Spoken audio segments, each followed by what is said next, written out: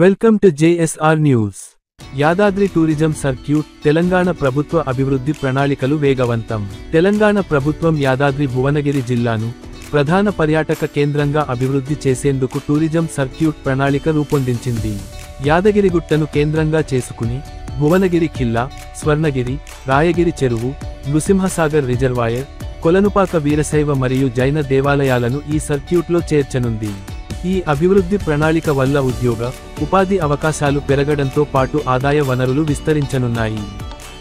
యాదాద్రిని అత్యున్నత పర్యాటక గమ్యస్థానంగా మార్చే లక్ష్యంతో టూరిజం శాఖ వివిధ చర్యలు చేపట్టింది. ఇప్పటికే భువనగిరి కోట అభివృద్ధి పనులు కొనసాగుతుండగా ఇతర పర్యాటక ప్రాంతాల పురోగతికి ప్రభుత్వం ప్రణాళికలు సిద్ధం చేస్తోంది.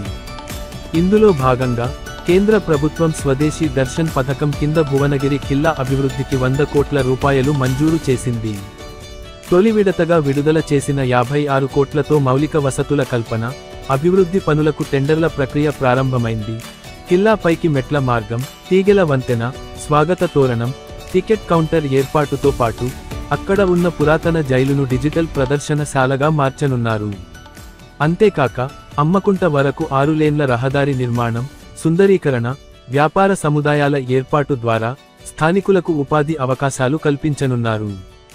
ఈ అభివృద్ధి ప్రణాళికలో హైదరాబాద్, వరంగల్ జాతీయ రహదారి మధ్యలో ఉన్న కొలనుపాకకు ప్రత్యేక స్థానం ఉంది. జైన, వీరశైవ భక్తులు దేశం నలుమూలల నుంచి తరలివచ్చే ఈ పవిత్ర స్థలాన్ని మరింత అభివృద్ధి చేసేందుకు ప్రభుత్వం చర్యలు తీసుకుంటోంది. కొలనుపాకను ప్రధాన ఆకర్షణగా తీర్చిదిద్దేందుకు సోమేశ్వరాలయ పునరుద్ధరణ కోసం 200 కోట్ల రూపాయలు కేటాయించారు. ఇటీవల భువనగిరి వద్ద నిర్మించిన స్వర్ణగిరి శ్రీ వెంకటేశ్వర స్వామి దేవాలయం స్థానిక భక్తులను విశేషంగా ఆకర్షిస్తుండగా యాదగిరిగుట్ట శ్రీలక్ష్మీ నరసింహస్వామి ఆలయం ఇప్పటికే దేశవ్యాప్తంగా భక్తులందరికీ ఆధ్యాత్మిక కేంద్రంగా నిలిచింది. ప్రభుత్వం తీసుకున్న ఈ కీలక నిర్ణయాలతో యాదాద్రి భువనగిరి జిల్లా మరింత సుందరంగా మారి ప్రపంచ స్థాయి పర్యాటక కేంద్రంగా వెలుగొందనుంది. మీకు తాజా real estate, tourism, market updates అందించే విశ్వసనీయ వేదిక జేఎస్ఆర్ న్యూస్.